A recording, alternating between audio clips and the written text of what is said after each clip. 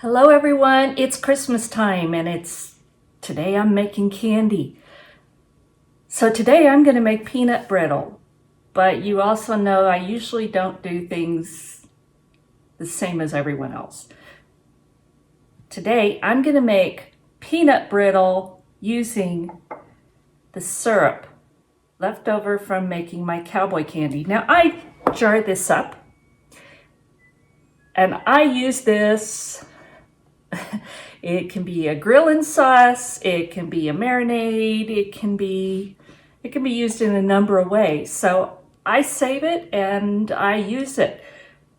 But when I saw this idea, it's like, this is perfect because there's a lot of people that I know that love things that are spicy that I think this would make a wonderful gift. So today we're making cowboy peanut brittle. So come on, let's see how this works. All right, the first thing we're gonna do is I'm gonna open up my Cowboy Candy syrup. And if you've never seen one of these, oh my gosh, this is a lifesaver. It opens up the jars with no dents. It's dripping right into the pan, which is perfect. But there's no dents, and it's almost effortless, which some of us have issues, and I know I do. So we need 1 pint of the Cowboy Candy syrup.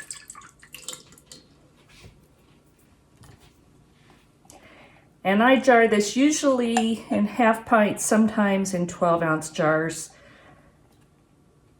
because you're never going to use a ton at once, or I don't.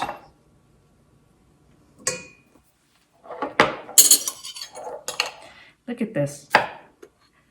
That easy, and this had a good seal. Now this is from 2 batches, so they're a little bit different in consistency, but they're good.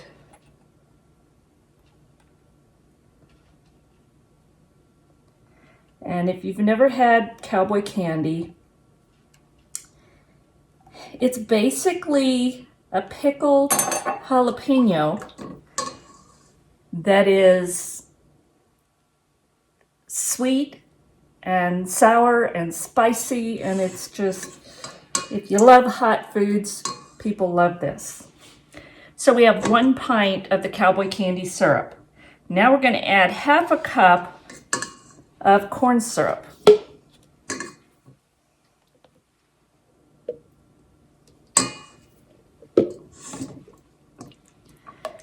And I'm just going to stir that up. Oh, it's spicy, you could tell. Now I'm going to take this over and put it on the burner. You want a nice heavy saucepan for this. And I don't know if you could see, but these stainless steel and they have a heavy bottom.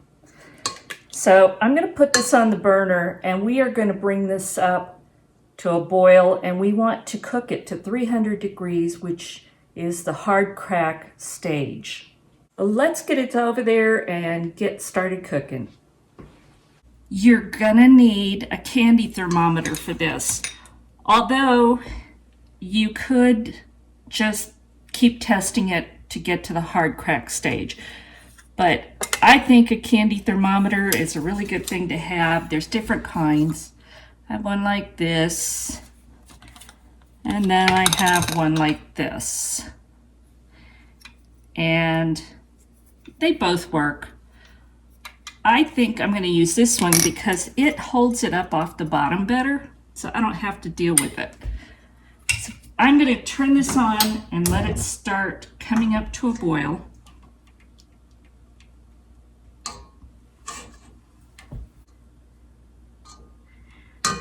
I do recommend that you have everything measured out and ready to go, because when it reaches hard crack stage, you're going to want to add everything in all at once and quickly. So have everything measured out. And that is going to be 2 cups of peanuts, 1 teaspoon of vanilla extract, 2 teaspoons of baking soda, and 2 tablespoons of softened butter. And you just want to have those measured out, sitting close. So when it gets to the hard crack stage, get it all in there and stir it up. You're also going to want to have a cookie sheet, a baking sheet that has been greased well. And you're going to want some pot holders or oven mitts. I love my oven gloves. I use these all the time. They're just wonderful. And I have the kind that are lined with silicone so you don't get steam burns. I don't want to have more than one set sitting around close by, so I make sure that my oven gloves are always handy.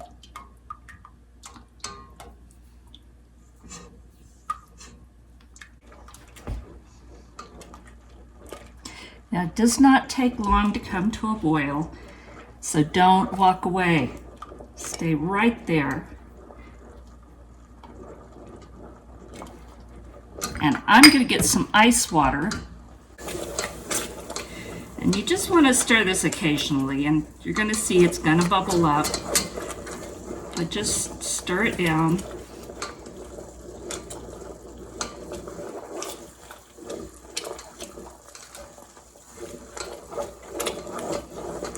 And I recommend a pot that's a fair amount larger than you think you need, because this stuff will bubble up and it's hot. You have to be very careful.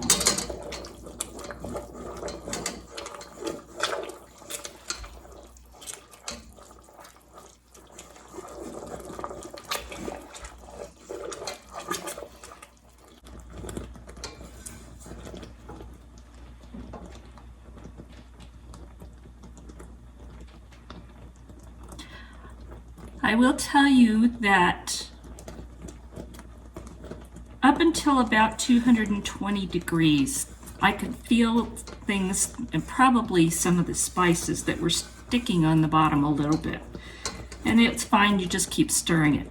But once it got over 220, I'm not feeling that, and I don't have to stir as often, but I also have noticed temperatures going up much faster.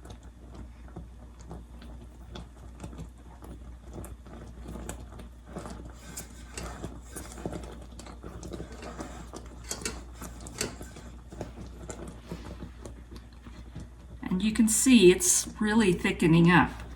We are at about 250 right now.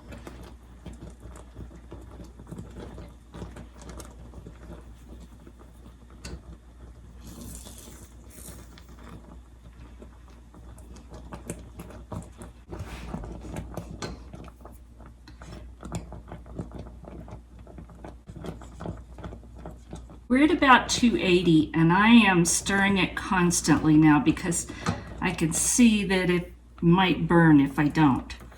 So I'm keeping a close eye and stirring. But we're almost there.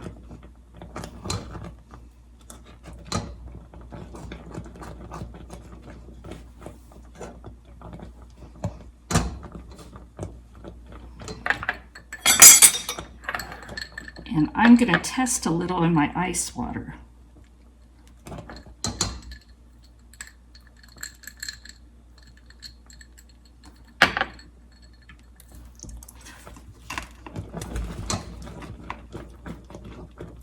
I think we're there.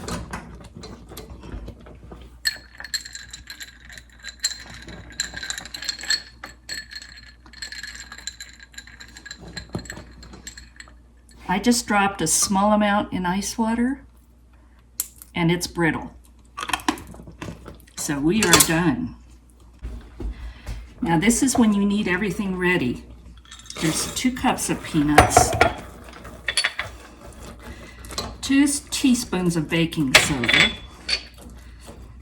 a teaspoon of vanilla, and 2 tablespoons of butter.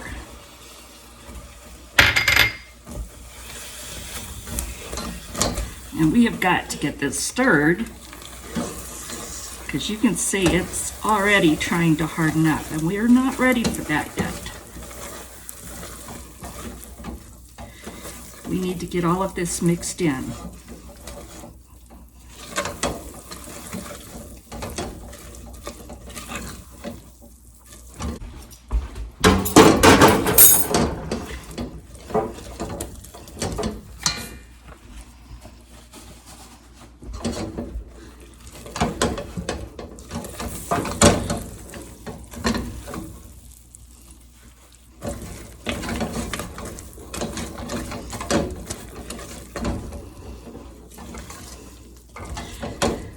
All right, you get it stirred up and you get it onto the baking sheet.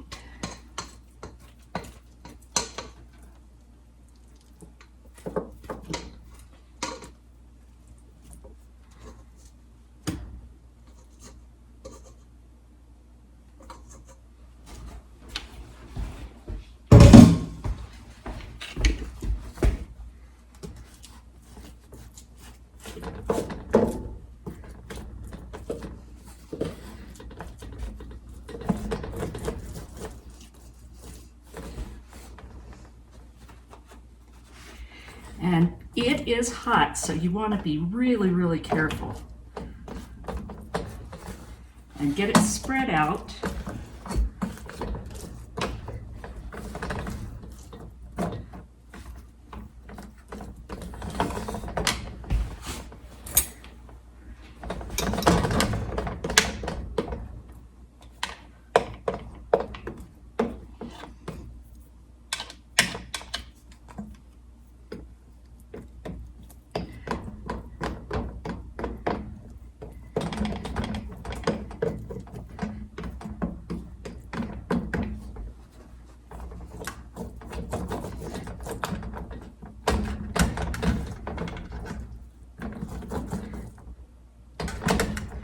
This smells wonderful.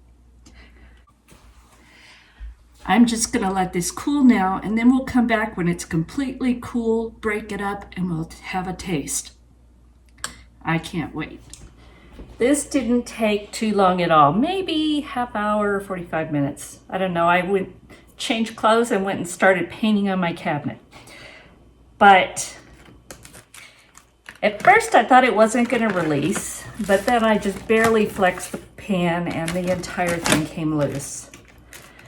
So now you just break it into pieces.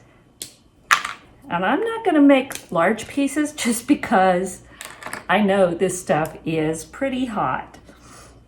So that's all you do, break it up. And it's actually pretty easy. So let's take a taste of this. I'm not gonna lie, I tasted that little cracked piece when I realized it was at that cracked stage. So I know this is really warm, but we're gonna taste it. I know Brian's gonna love this and a few other people in the neighborhood. So here we go, a little bite.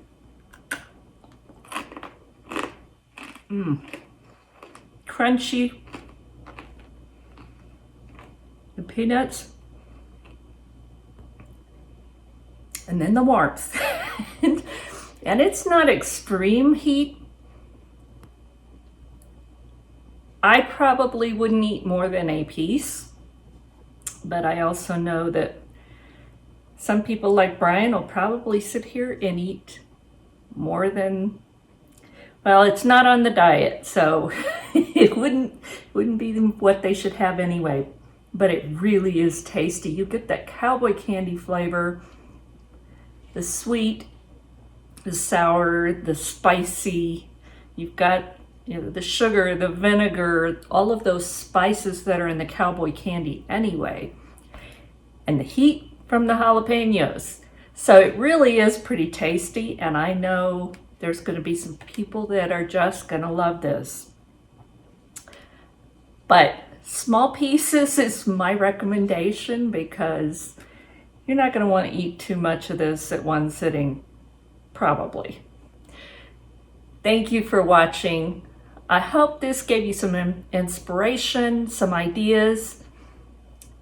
And if it did, give me a thumbs up, leave a comment below, and be sure and subscribe and hit that notification bell so you know when I'm uploading a video. Thank you for watching. God bless, and Merry Christmas.